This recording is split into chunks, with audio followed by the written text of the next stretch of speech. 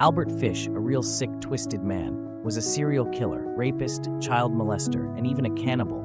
He was also known as the Gray Man, the Werewolf of Wisteria, the Brooklyn Vampire, the Moon Maniac, and the Boogeyman. Fish once boasted that he had children in every state and claimed that his victims numbered 100.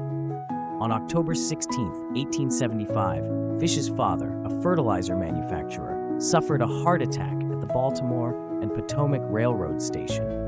His mother then put him into St. John's Orphanage in Washington, D.C., where he was frequently physically abused. However, Fish began to enjoy the physical pain brought by the beatings he endured at the orphanage. By 1880, Fish's mother secured a government job and was able to remove him from the orphanage. At age 12, he met a boy who introduced Fish to such practices as drinking urine and eating feces. By 1890, at age 20, Fish moved to New York City, where he engaged in male prostitution. He began molesting and raping boys, mostly those less than 6 years old, during this time. One of his murders involved Fish taking a disabled boy named Bedden to an old farmhouse.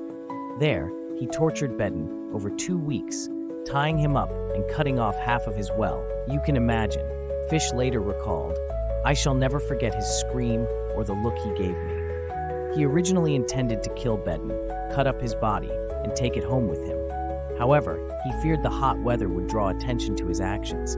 Instead, Fish poured peroxide over the wound, wrapped it in a Vaseline-covered handkerchief, and left a $10 bill. He kissed Bedden goodbye and took the first train he could get back home. Fish recalled, "Never heard what became of him, or tried to find out."